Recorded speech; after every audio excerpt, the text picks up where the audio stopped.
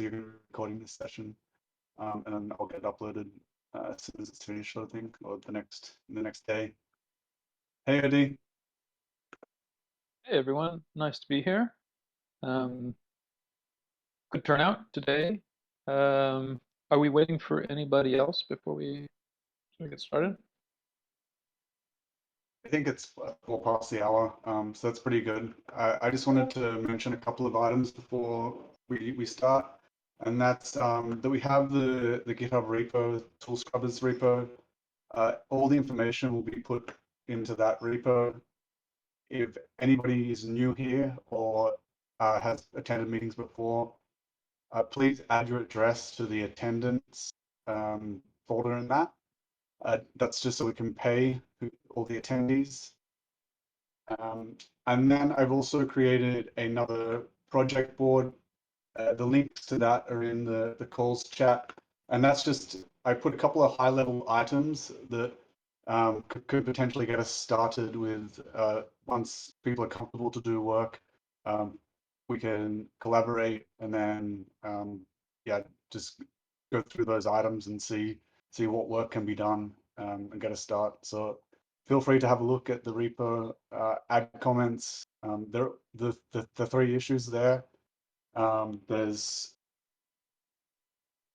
1, consolidate documentation, create a list of tasks for guild members, and create guild contract.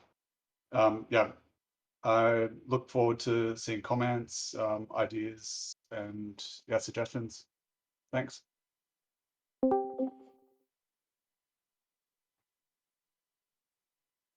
Awesome, super folks.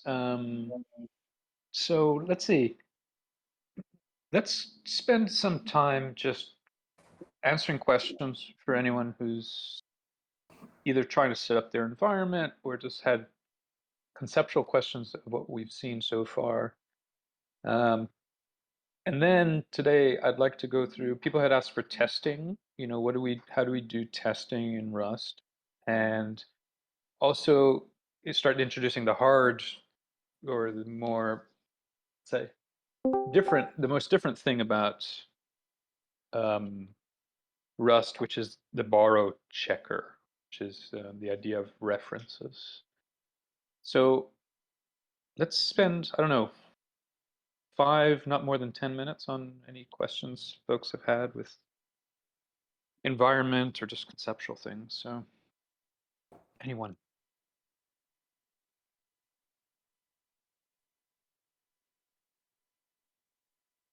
Okay, so my first question is there any particular reason it's being used the Rust version 1.52? Is it because Libra was built in with this version, or something more specific?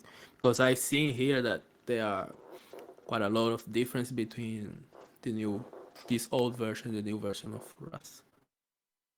Yeah, great question. The reason is just that DM was built with that version of Rust. It's a very, very big project, and so changing the version means a bunch of stuff breaks. So it goes on the conservative side of version upgrade. When we first started the OL project, when we forked Libra, you know, on the first week that Facebook announced Libra, the version of Rust they were using was I think even nightly version. It wasn't a stable version at all. And so like almost for it took a year before they actually started using a stable version of Rust. So what I mean, at the beginning of the project, it was very ahead on the Rust release cycle, and you know now it's not being maintained by Facebook any longer. It's fallen behind on the release cycle, and it's just a lot of work to upgrade a version. Does that help? Will Yeah. that version be upgraded with the V6 upgrade? Yeah, that's a good question for the stuff you're working on. It should be. Yes, it is. Slightly. Yes, it is. And then I think the thing to check is, you know, Aptos is doing maintenance on basically the fork of, you know, where we're at. and I don't know what version of Rust they're on. They may have updated, and so, you know, that's in the future for us.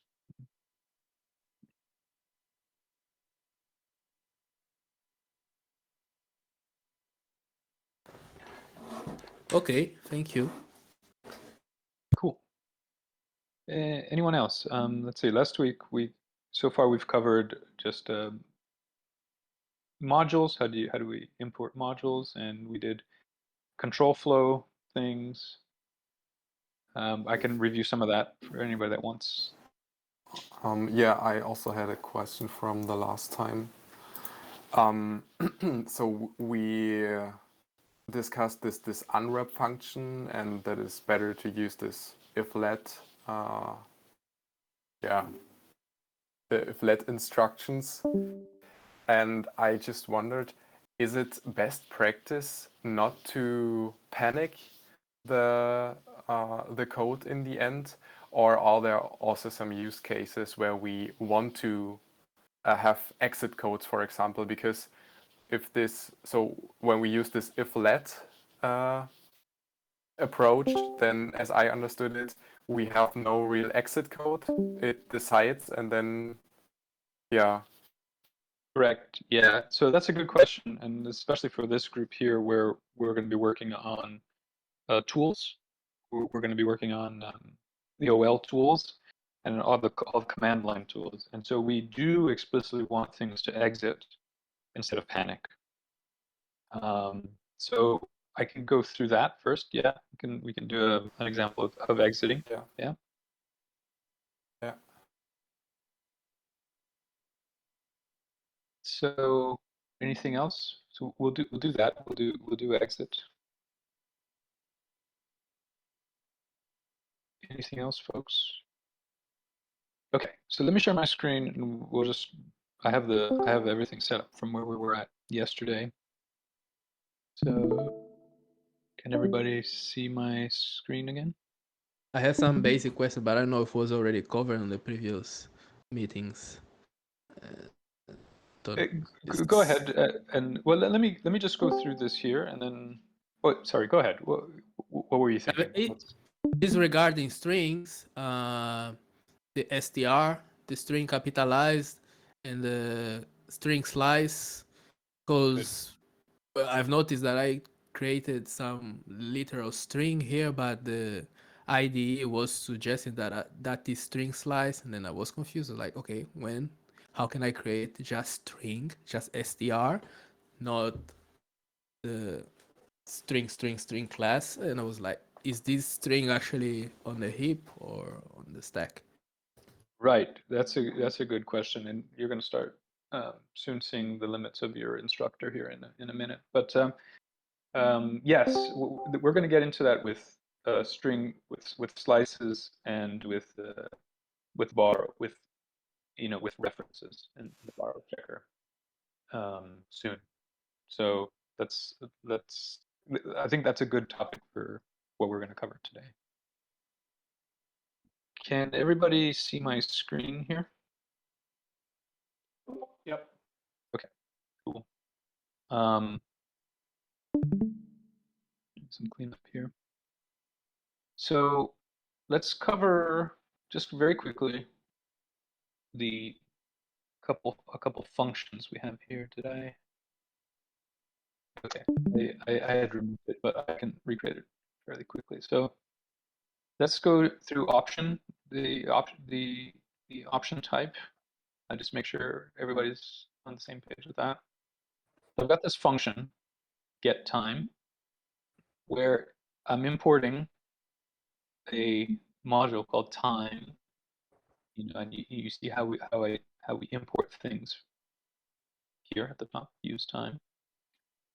So we've got the time module being imported. We're using this function now, UTC, and it's returning a type TM.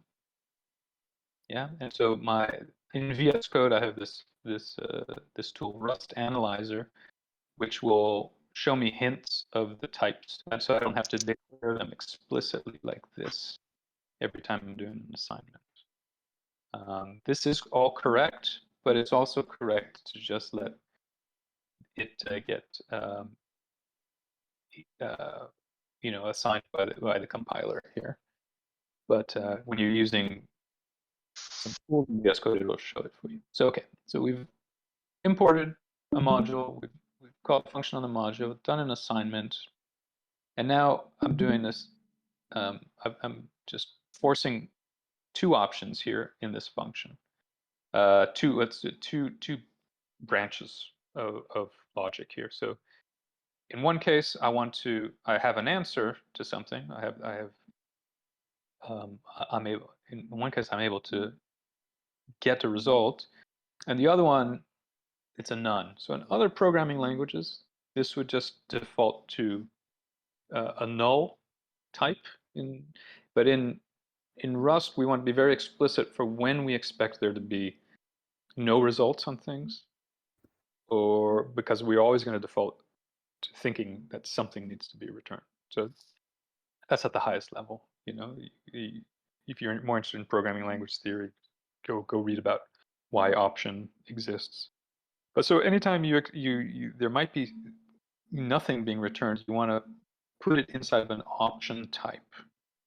And so here we've got when something happens, if true, I'm getting a attribute. I'm getting a field on this type, TM on this struct, TM. And I'm very simply here, and I was showing you something, a property of Rust. When there are very simple changes in types, when we can cast a type, Rust gives us some very easy casting, especially for numbers. This is useful. So this actually returns a signed 32 integer, but I want to turn it into 64, so I have this very simple as I can do. And now I'm able to return year, which was originally in a I32. I can now return it as an I64, which I'm describing here in the return signature of the function. Okay, so that's the happy case when I return some. But sometimes it may fail, right? So I can just change this, and I'm going to have to return none over here. And that is a variant of the option type. So remember, I'm going to open this up. Option is a data structure that is an enum, enumeration, that has two types, some and none.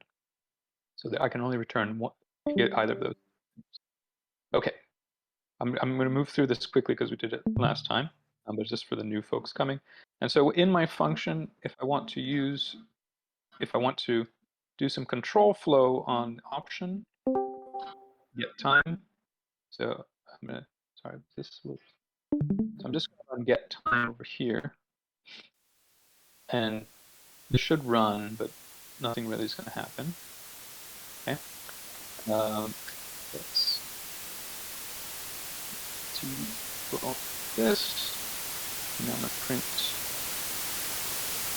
T. Sorry, get T.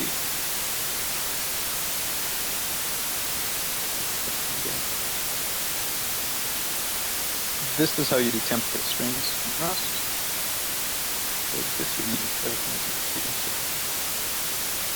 So this is a macro that makes the compiler print something out, even though we haven't actually formatted that thing. It covers more cases of things being able to be printed, and gives you a nice little path to where you have that print. Okay, so then if I'm going to do some control flow on this, so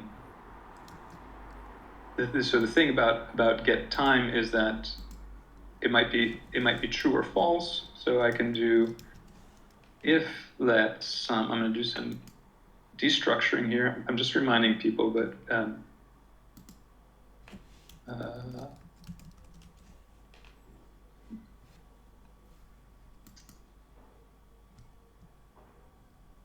right, folks. So I know we covered this last time, but I'm just going through it quickly so that everybody's refreshed. So this is destructuring of E, which gives me now this, basically this is something that's unwrapped in here. Unwrap. And then I'm debugged. All right.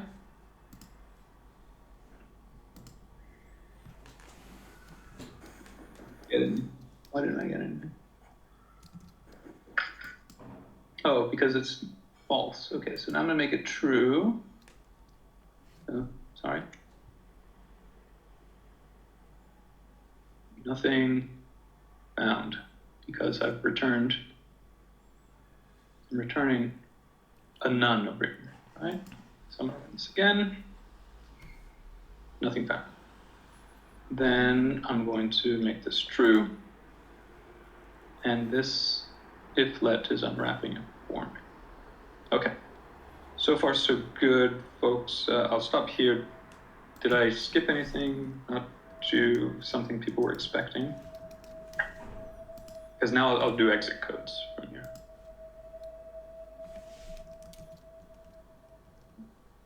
Okay, so I'm going to want to use exit. So I actually don't, so VS Code already imported this for me. So it's magic. And so this is part of the standard library in Rust, it's TD. And so the module process has exit. And so now with exit, I need to pick a code. And this is, I mean, to a certain extent, it depends a bit on the environment, but for most Unix things, I'm gonna wanna exit with code 1 when something's gone wrong. So I'm gonna give the debug code, sorry, I'm gonna just print it out. I didn't find anything. Let's exit here. So this is not going to exit when I run it. So let me actually run this how I would run it normally. So cargo R.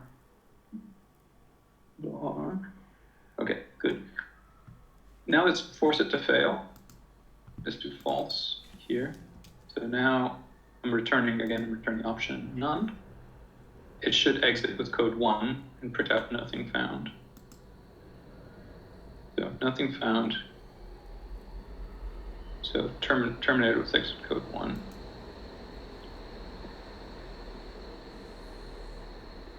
See, it exited no problem. What you know, I'll show you something that panics now. If I had done T unwrap over here instead, and I hadn't done this control flow stuff here. If I had unwrapped it and there was a none there, then I'm going to get a panic. See, like that. Yeah. So if I had compiled this and distributed this binary to people and they ran this function, they're going to see all this junk over here. You don't want that for your users, right? So you want to give them, expressive, you want to give them information for why it failed. So nothing found because it's false. So I'll stop here. We're at 23 past the hour. I want to save time for the new stuff. Was that Philip? Philip, did you get what you wanted to hear? Yeah. So panic is not good at all. It's better to use this if statements and define a good exit code and a good message. Yeah, but for when you're doing command line tools, yes. I mean, when you're doing systems level things, I think it's okay to panic and fail, but you want to, but you generally want to you want to handle your errors, right? Yeah.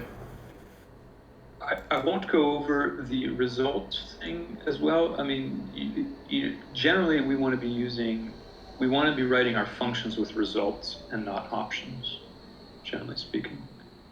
because just result gives you more tools for error handling, and it gives you error returns. So I'm not going to go through this again for the new folks here. You can see this in the previous video, but just very briefly, this here has, we're able to use match keywords to get expressive error codes and results. So if I run this one, I get debug result, and then here I'm going to get debug E. And let's see, I just haven't tried this, but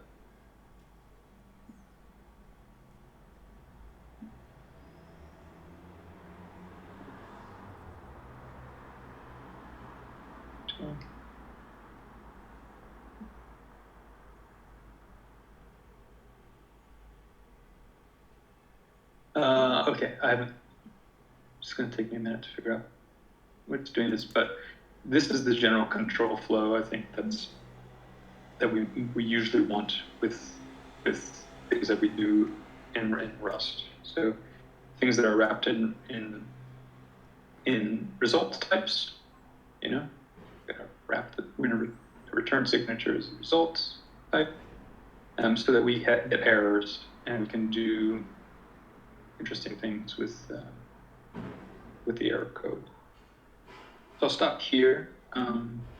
That's sort of the recap of control flow stuff. Is that good? Okay, I'm gonna assume everything's good, and let's move on to the borrowing. I'll stop here. So I asked the question here. So some folks, from last week, we had asked folks to take a look at the borrow checker. Maybe just somebody here who knows something about references and borrow checker that you want to tell folks about. Otherwise, I might pick on someone to say something.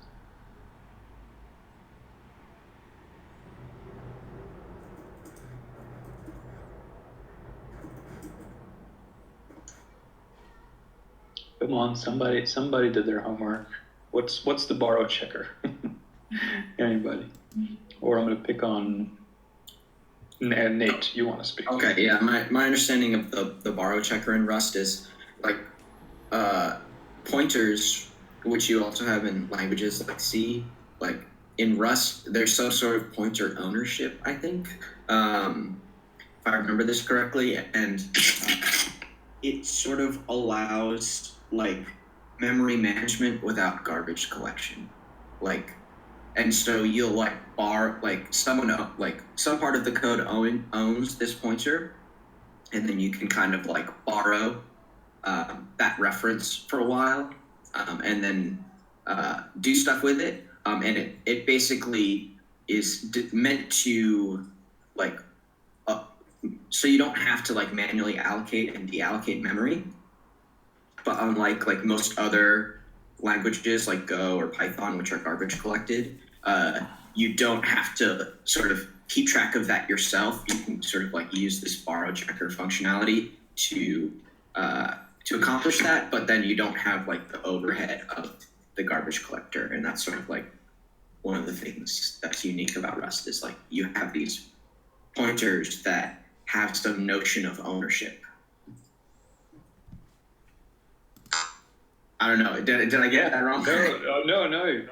I'm just looking for my mute button here, but no, I think we're going to have you teach the next class.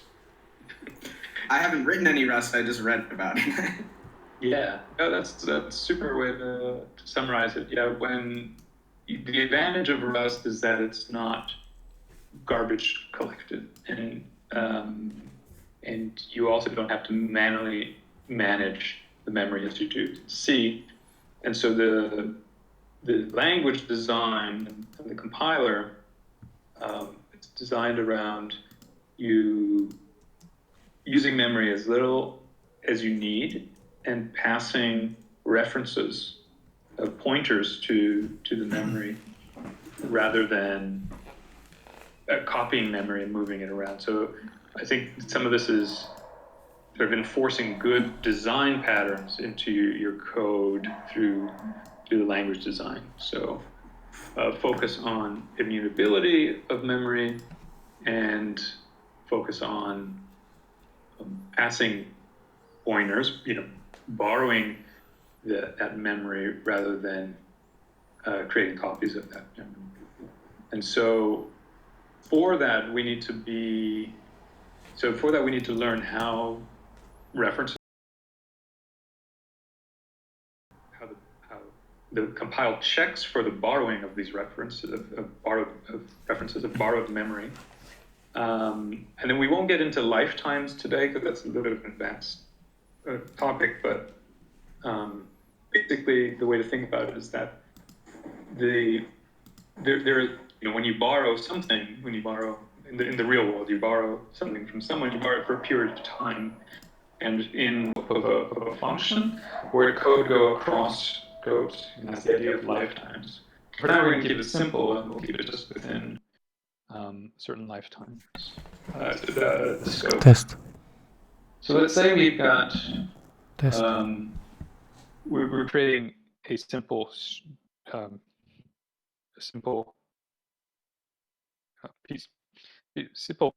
piece of memory. We're putting a vector on the heap, and so vector, people who are coming from other languages, is basically an array of a certain type. And so we want to, right now, let's print this out. Print out this vector. Test. Okay, and so there we are. I've got this representation of a vector. So this is, I'm using a macro here. So macros are just macros. It's the meta language just for creating a function from these tokens, these characters that come after it. So I could have instantiated this vector a different way, but in Rust, this is generally the way that you're going to see people instantiate vectors, is with this macro vec explanation. So here I'm just debugging n. I've got it printed out. Now I can also print. All right, I'm not going to do this here. I can also print n with this ampersand in front of it. And what I'm doing now is I'm printing a reference to n. Okay, so n hasn't changed. N is still allocated on the heap in the memory with this vector of 1. And then here, above here, I'm printing the actual piece of memory here, and then here I'm printing the pointer to it. It's the way I think about it. So now what happens if I do this? I've got something. Program just crashed.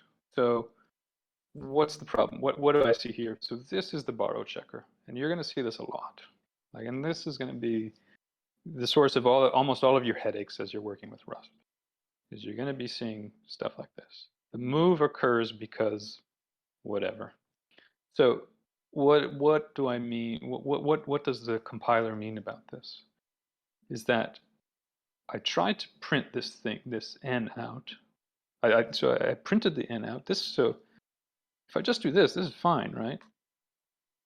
But then when I try to print the reference to it again, it says I can't. It says this isn't here. It says I can't find this thing. This was moved somewhere. So what happens was that I'm trying to borrow something that has gone out of scope in Rust. So other way to say this is that the memory n got consumed by this function, by the debug function, by printing, the debug macro actually. So this is a macro. But when I use a piece of memory and I don't and then and so I send it to a function. I've now transferred the ownership from the main function into the debug printing. So in Rust, we talk about the ownership being transferred. And then after it got transferred, it got consumed. So the memory just, the assignment and the memory doesn't exist in the scope any longer, so I can't borrow it. There's nothing to borrow. It got moved. So if I did this, then, if I change this and have them both be borrows, this will be fine. So what happened here differently? The memory did not change ownership. The object didn't, the assignment, the variable did not change ownership. I lent it, the main lent it to the debugging, to the printing. And then the debugging had to give it back. And so when it gave it back to the scope, now I can use it again here. And I can use it as many times as I want over here, as long as I'm always borrowing it. And Yeah. debug wouldn't be able to change n, correct? Debug is not able Read to, it's generally everything in every variable is read only in Rust. We'll get to, so the next thing is, yes, I can create a mutable borrow, but I have to be very explicit about it. I can say, look, I'm lending you this memory. You can change it and then give it back to me. So I'll just, we'll get to that in a second. But yes, you're able to lend and make it mutable.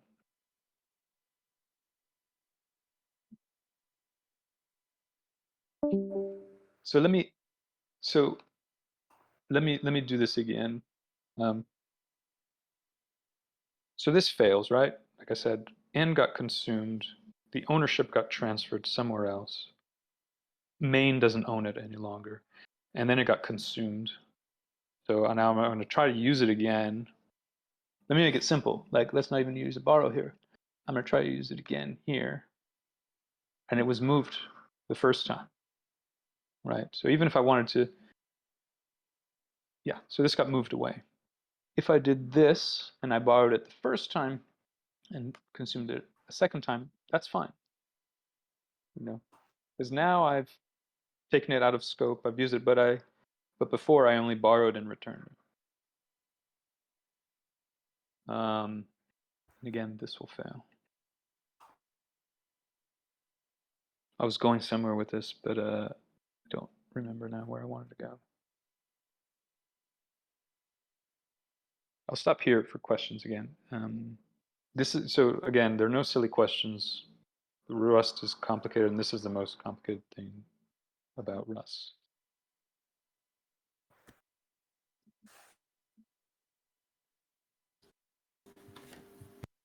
So even though we pass a reference, the function itself knows already how to do the reference, right? Yeah, in the case of yes. I mean, I'm using a macro here that covers all that. I'll go into some examples below here of actually borrowing it, of actually borrowing something. Maybe that'll help. But in general, this is the bit about Rust that's quite powerful, is that memory into another scope. Once it goes out of scope, it gets destroyed, so that you don't have memory that's just hanging around that you're going to have to garbage collect later, and that create a security vulnerability for you later. Sorry, so I have somebody's microphone still on. Oh, okay. Yes, thank you. Anybody want to say anything else? Nate, how is this going for you? Does this match your mental model for what you were talking about before? Yes. The copy. It seems like I forget what the exact term for it is, but like when you pass an argument into a function, like some languages, like Python, will just like automatically make it a reference for you, and then some will actually copy the value of the argument and then pass that into the function. And so that's what it seems like is happening with your error here. Is like it's does not implement the copy trait. So is it actually like trying to make a copy of n in order to pass it into like the debug? Yeah. Yeah. So basically, what it's saying here is like, it's saying, "Yo, you're trying to use this a second time, but I don't think I can copy this thing over." And copying is rare in Rust, right? So cloning and copying you want to use rarely. So you would actually have to create a type that implements, we'll get into traits later, but it implements all of the copy methods in it. And vector is not one of those things that has copy class, basically. You know, it doesn't inherit the copy class. And you generally don't have things that have easy copying. You know, the one exception is, and this is where I fumbled last week, was that the exception is numbers, or integer type things. So let's do that. So here's something. This is important for everybody here, our tool scrubbers in OL, is that the way sometimes we end up solving things like this quickly when we're in a hurry, and we're basically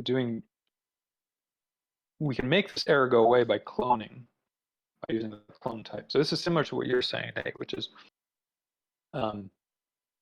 you know, other languages, generally the compiler, the interpreter, will copy this for you because it assumes you want to copy. Rust doesn't do that. You need to explicitly say something is copyable, but then most things have a clone method, which does create a copy of the value for you. So that actually, so let's just say this differently. If your variable, if your type automatically has copyability, you know, inherited, then it'll do it for you. But if it doesn't, you're going to have to explicitly say you want to copy it. So that's the clone keyword here. So this will compile. But now you have two pieces of memory that got created, right, that got thrown on the heap, and they got consumed both times. The ownership got transferred twice for different things. So these are not the same pieces of memory. And they got consumed after going through those functions those times. So I'll stop here. Nate, did that answer it? And any questions from anyone else? Yeah, that answered it. Cool.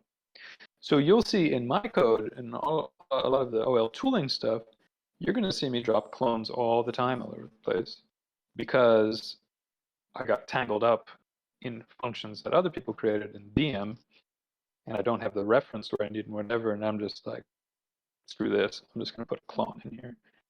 It's not good. It's you know, making stuff work, but it's not making it right. So one of the jobs we need here for the tool scrubbers is to go through individual, you know, this is going to be a little bit more of an advanced thing, but to go through different tools that we have and see where can we remove these clones, and it might include refactoring other functions that need done. So anyway, that's a bit of prep on that. So far I've used debug on these.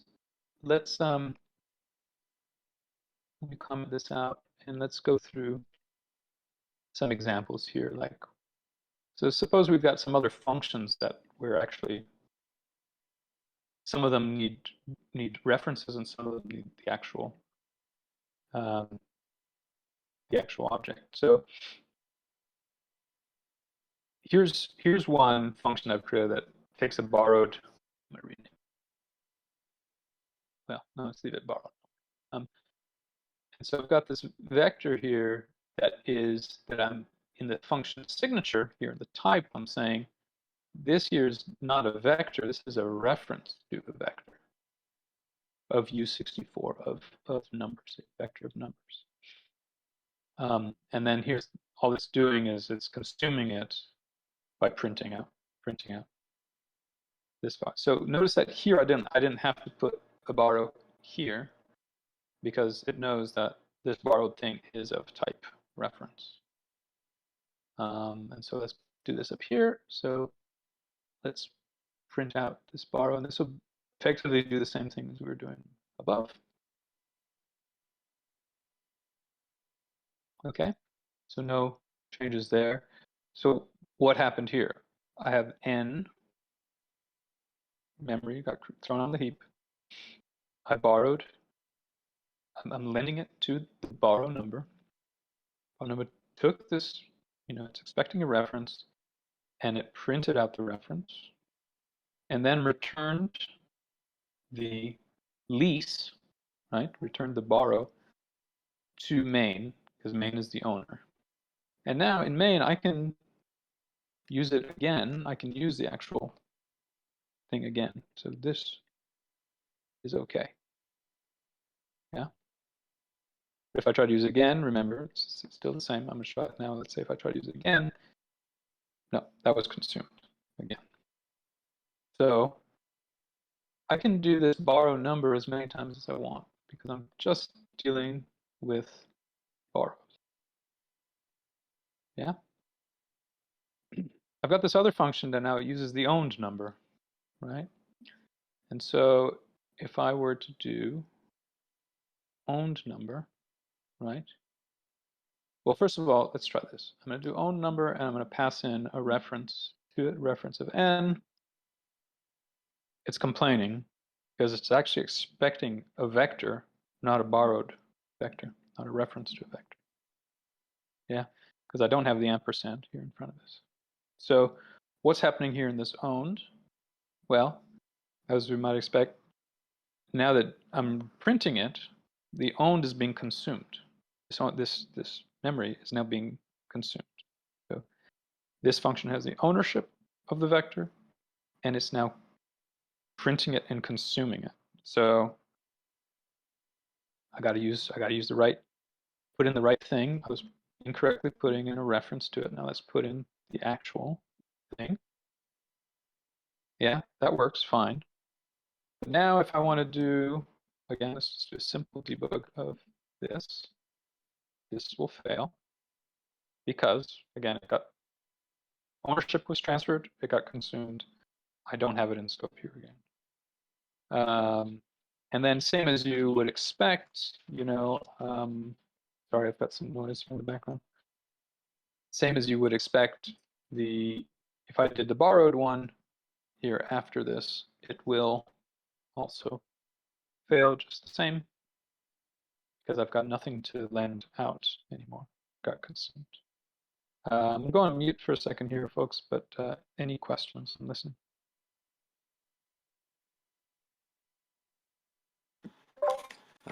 So I don't know, is it possible if you go to the implementation of own number and I don't know if that is a pattern which makes sense.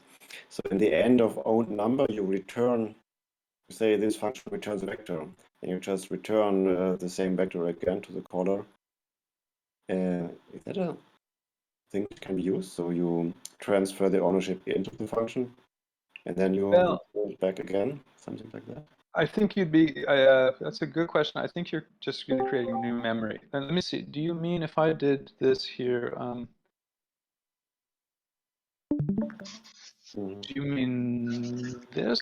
Yes, that's it. Is that what you mean? Yeah. Okay, so in this case, we want to, again, normally you can be explicit with returns like this. But I can also just write this. So I don't need to actually write the return. Okay. So let's see. I mean, my understanding that is if I just call this here,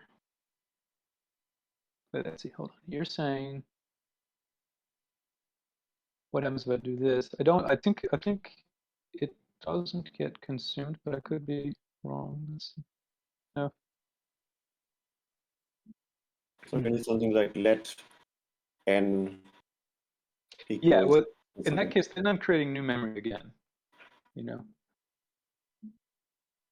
Sorry, let b equals this. This will be fine, right? Yeah. But I think your question is then what happens here? Well, n got consumed. Yeah. Okay. N got consumed. Okay, maybe it's a stupid pattern, but it's finally. Yeah. That's a good question. I'm glad you brought it back. Yeah, so you're not actually returning. So n is getting consumed here, even if you are returning this thing back to here. But by returning, does it copy? Yes. You're creating a new assignment here. You're Okay. Yeah. That's my understanding. Somebody research that. So it basically drops the vector and creates another one. Yeah, that's my understanding. I think this got dropped over here, and then this got returned. A new. Somebody should check this for me, but I think that's what happens. But anyway, the borrow Maybe there's checker. a way to print the memory address. Don't know. Yeah, there is a way. Realizing we need some. Yeah, so this is where I think is anyhow the borrow. You notice that the borrow checker caught it anyway. So to me, my understanding is that the ownership got dropped, and as such, the memory then it got dropped because it went out of scope, was consumed, and that means the memory got cleaned. So, and then it's creating a new thing to send it back, creating a new object to send it back. But let's somebody research that for me, please, because that's my mental model of what's going on.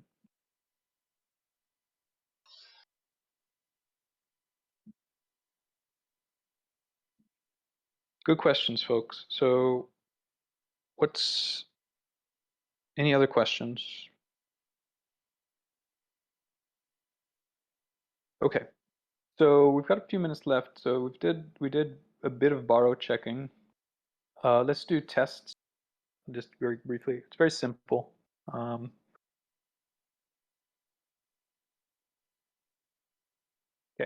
You want to annotate any function that you're creating that you want to test.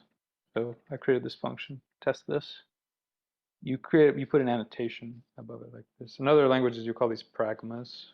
So these are just information for the compiler. So it knows what to do next with the next block of code. So this is information to the compiler that says, okay, this is just ignore this. This is just testing. So in Rust, what you can do is it's actually very well done. It's like, in C this is impossible, and in JavaScripty stuff you have to use frameworks on top of it. And this is just built into Cargo. So Cargo T will run all of the tests in there, but it's trying to compile it first. So let's make it compile. So see, I've got a test harness built into Rust, into Cargo basically. It's awesome. And so here we go. It runs all my tests. So let's put another test. Test this too. So that's it. That's all you have to do for testing. So, and then if I want to test something specifically, I can do it by keyword cargo T2. We'll just run one test. Pretty cool. Any questions about that?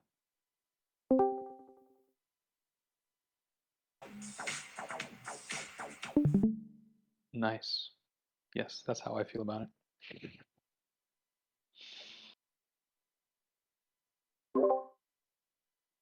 So let's see, and we can import from the file that we're in any of the functions.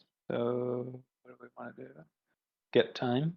So I'm gonna do let t equals get time print t. Let's just have one test for now. Sorry. Okay, there we are. So, and then we can do assert. So we can assert false. So that's just a built-in macro. Okay, so there you go. My test failed. Assert true. All good. And then I want to assert t is sum. You know, so this is a method on the option type. I want to know if there's something inside of that. And it failed. It's not, because I had said I'd force it to be false. So change the function. It is not true. And there you go. So that's how you write some tests importing some of your functions. Do as many as you like of these. Yeah, let's actually semicolons. So there you are. Danielle, I think, are you still on? I think you had asked about this last time. Is this what you were hoping for? Yes, thanks so much. And also, I assume in the assert macro, you could also define the expectations that you have and all those stuff as well. Yeah, so we have assert, so assert's equal, so assert t. So here's a case that you might use on wraps. You generally don't use on wraps, but in your testing you can. T unwrap, what was our number here? Well, let's say 0, whatever. It's not going to be 0. Assert equal. It's not.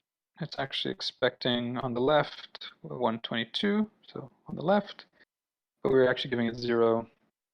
Let's put a 122. There we are. Now it passes. Cool. Yeah. And also, so the tests go in the same file, the main file actually, not a separate file. You can do both. So yeah, so generally, and you know these in different testing frameworks and philosophies. So these would be unit tests that you would put in your function. Sometimes you have, so we'll get into private and public functions, but these are all private functions in here. I can't call these outside of this file, basically. So anything that's private, I'm going to test in the file. Any private function, I'm going to test inside of the file. Do less things, but in Rust now, I don't often do this, but I think this is the semantics of it. There's some magic here. So if I do test, create a folder called, no, what I meant to do. If I want to do, got tests, and I put a new file in here. One test. Let's drop something. Let's drop this one in here. I need to remember how to do this. I think here then I don't need annotations, and the test runner is going to test everything in here.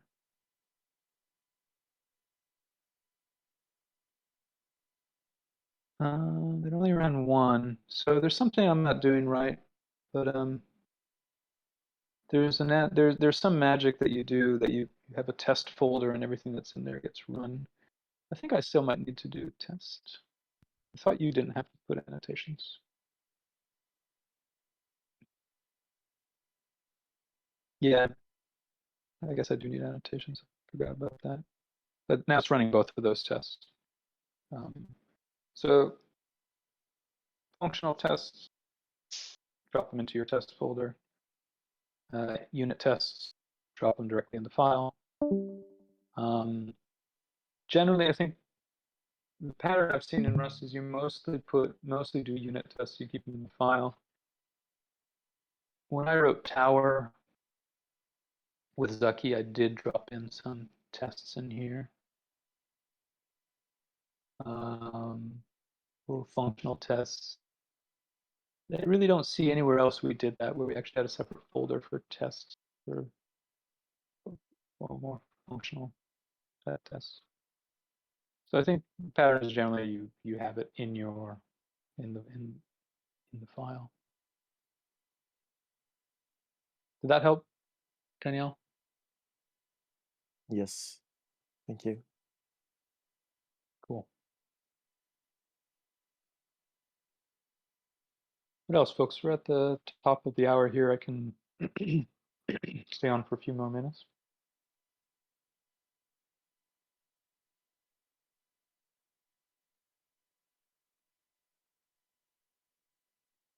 I mean, anybody that needs to drop off, go ahead. Nice to have you here. I'll stay on for a few minutes for Q&A. Thanks, Ade. I just wanted to remind everyone to add their address in the Tool Scrubbers Guild repo. There's a link to it in the calls chat.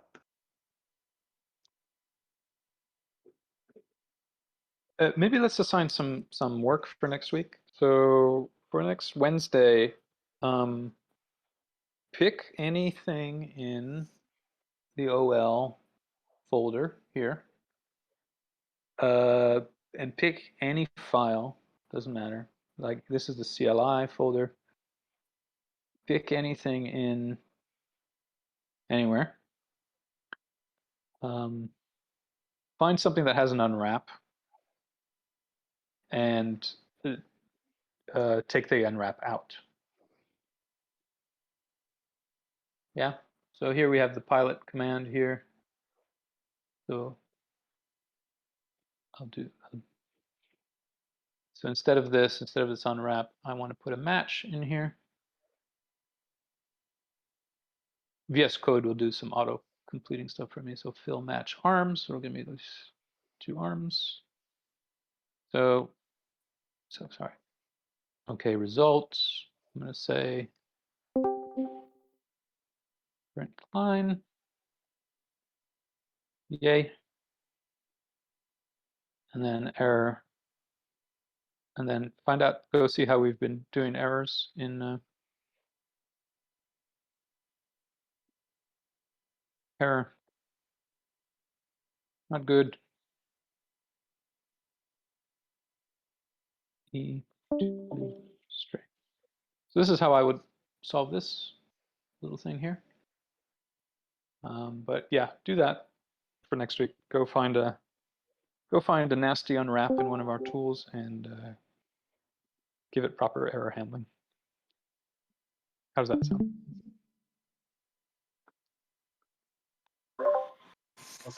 Sounds good. Good. Okay. For 10,000 gas coins. That's how we should do it. 10,000 Then gas we coins for cleaning up an unwrap. then we create the file on this repo and open a merge request. Yeah, perfect. Good question. Do a fork of the Libra repo of our repo. Fork it to you, and then send us a pull request back to Libra with your cleaned up unwrap. I'll also add an issue to track what's being done, so people aren't like double backing on anything.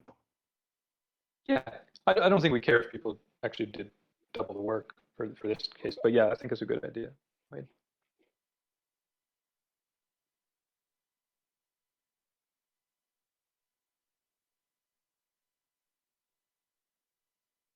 Is that good for everyone? Yes.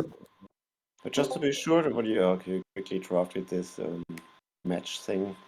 So this would not work, because you just print out something. So client would be. Oh yeah, you're too smart for me, aren't you? Just to be sure, because I'm always confused with this stuff. Yeah. Okay. No, good. So No let's problem. actually go through this example. So what I would do is, I don't always need to print something out, but I'm going to here print line, yay. So, and then I'm going to actually have it return R, which is this thing here, because I'm doing an assignment here with the match. So this is something maybe we skipped before, but I'm trying to get the two cases that could happen with pick client. So I can have the case of OK. And in that case, I want to unwrap it. I want to get what's inside of it, R, and assign it over to client. And in the case of error, let me open this up, just put some brackets here. I do want to print this out, but then this is Philip, what you had said before. Now I want to actually exit. I want to exit with a 1 on this here. This is because this thing I happen to pick is a command line, is a CLI endpoint pilot. So I do want to exit in this case. Depending on the thing that you pick out. If you pick out something that's a module or something that isn't, so basically this, if you don't pick out something that has CMD at the end, you don't need to exit. The exit is advanced. I mean, let me see. The compiler is complaining about something. What's it complaining about? I think the E should be R from the error. Oh yes, Or, that's yeah. one thing. Great, yes, thank you, Nora. Expected DM client found. No, I want to exit here. Let me just see what's doing this.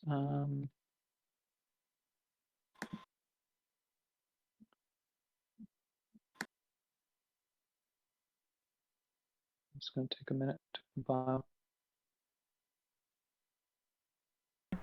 There's something obvious missing here. Oh,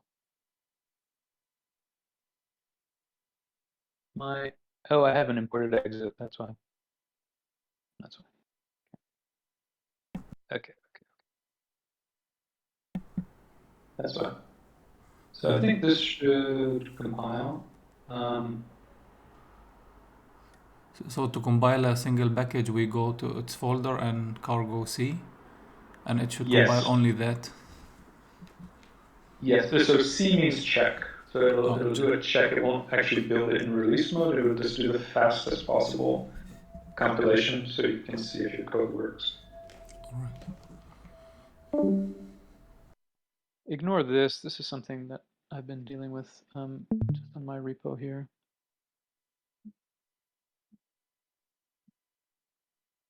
Which I don't know why it's giving me this error.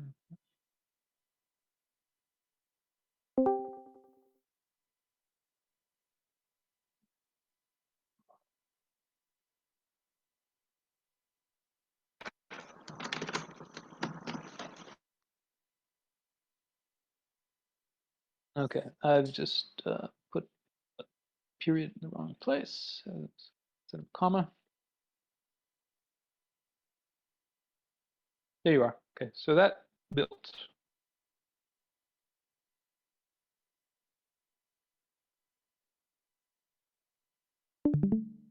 So it's up here.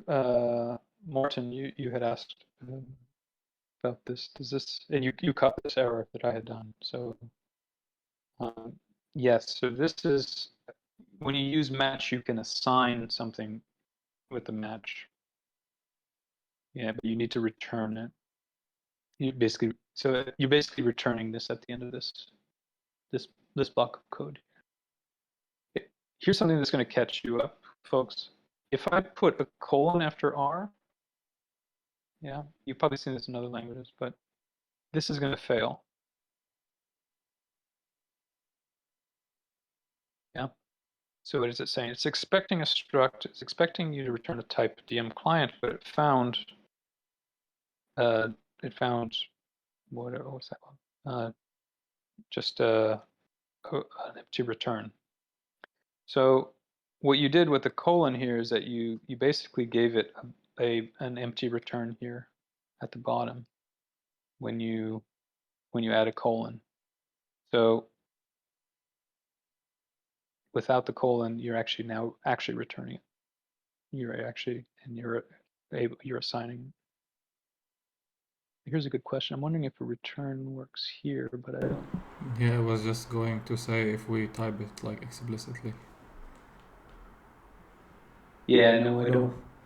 The return is going to be referring to this one up here. So, What about a return with a semicolon? I think that works. Is it? I think it might be referring to. Maybe. No, it's. Yeah. Yeah.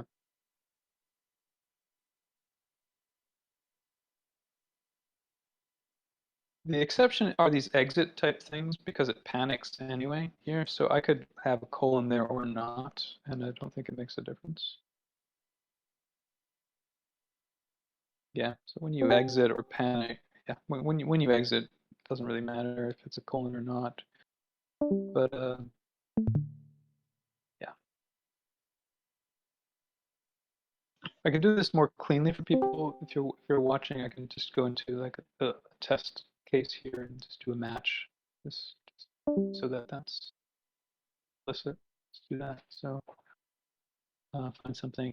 Here's the one with the return with the result. So that's n equals match this.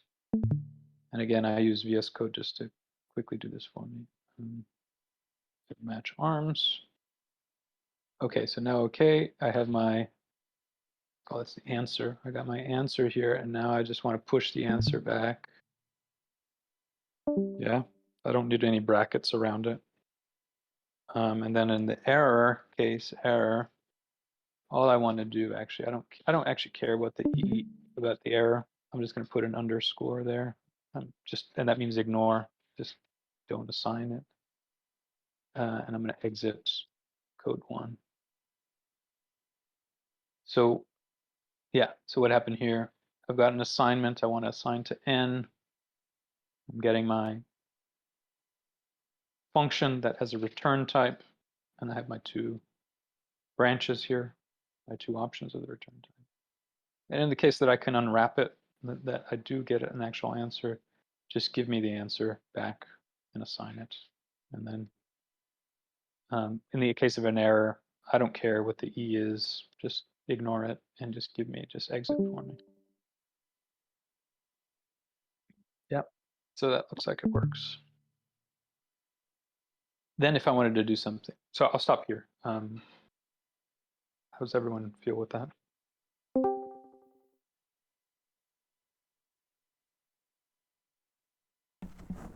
Looks good. I mean, do we need, how do we need, what do we need to feel about it? Oh, you can feel good. You can feel like it's coming into place, maybe. Yes. You can feel great about it. So okay, so yeah, I think that's good. So for the very adventurous people here, the place where we're going to see a lot of unwraps is in this node. In the OL CLI node folder here for the very adventurous people. There's a lot of sloppy stuff that I did in here. Maybe not in that one, but find folder unwrap. That would be the best way for you to find things. Look, a bunch of opportunities here for people to make 10,000 coins. Look at that. That's What kind of testing? right there. What kind of testing do you recommend when we make a change like that? Yeah, so I mean, a lot of this stuff we don't actually have. Well, all of our modules, all of the OL tools have their own tests.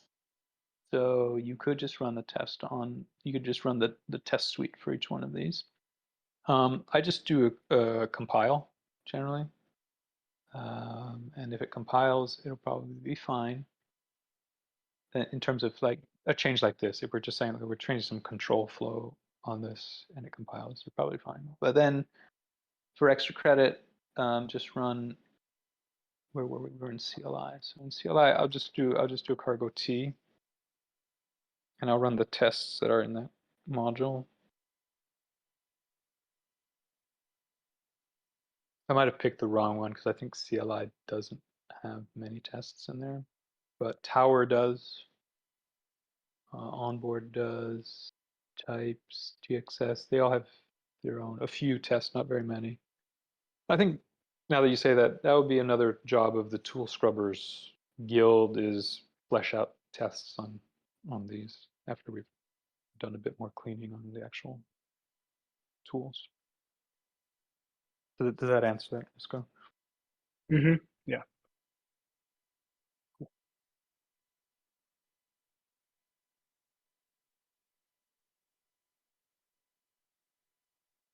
Yeah, this is the other part about Rust, is just practicing your mindfulness and meditation while the compiler is compiling. Great opportunity for you to work on your breath and let go of your thoughts. Especially if you have a MacBook from 6 years ago.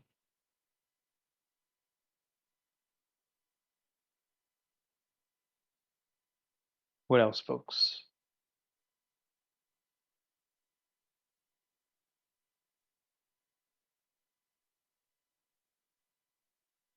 What do we want to hear about next week?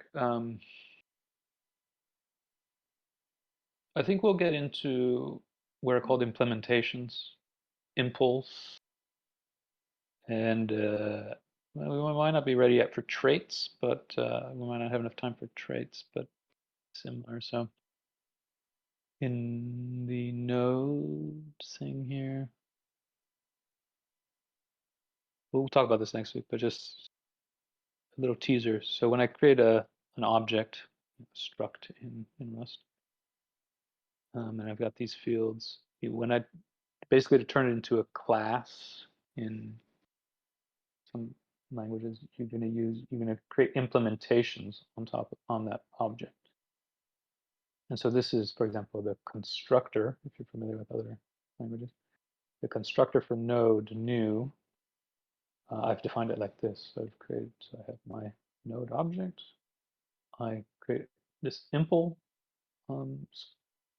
walk, and then I created this function called new, which is going to be the constructor of the object. So I'll do that next week. But then here I've got all my methods in that class, basically, for node. Do that next week.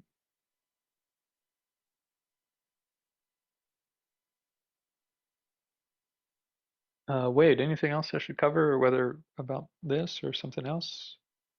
Otherwise, we might break for today. Not from me. I think it's been super clear. I think going over the borrow checker once again helped. Nate's example was really good. Yes, it was. Great. Yeah, I think yeah, you've given like some information about like tasks to do. So I'm going to add comments into the notes and issues and that, just to capture them and then add them to the workboard. But no, yeah, everything's awesome. Thank you so much for this. Oh, of course. Thanks. You're starting to see the limitations of your instructor here. So future sessions will get people that actually understand, that have been doing Rust for longer than me, and are deeper into programming language theory and such here. So it'll be great. We'll get Zucky, we'll get Gokhan, Ping, a number of great people we could pull in. Yeah, that'd be super cool. In a bit though, so you give us time to to get to the next level. Yeah, but very good. So I'm gonna break for now, guys. But I'm on Discord here. Just DM me if there's anything you wanted to ask, but you're too shy to ask in the group. No, don't be shy. Cool, thanks a lot. All right. Thank you, Odi. Awesome. Thanks, folks. Thanks. Cheers.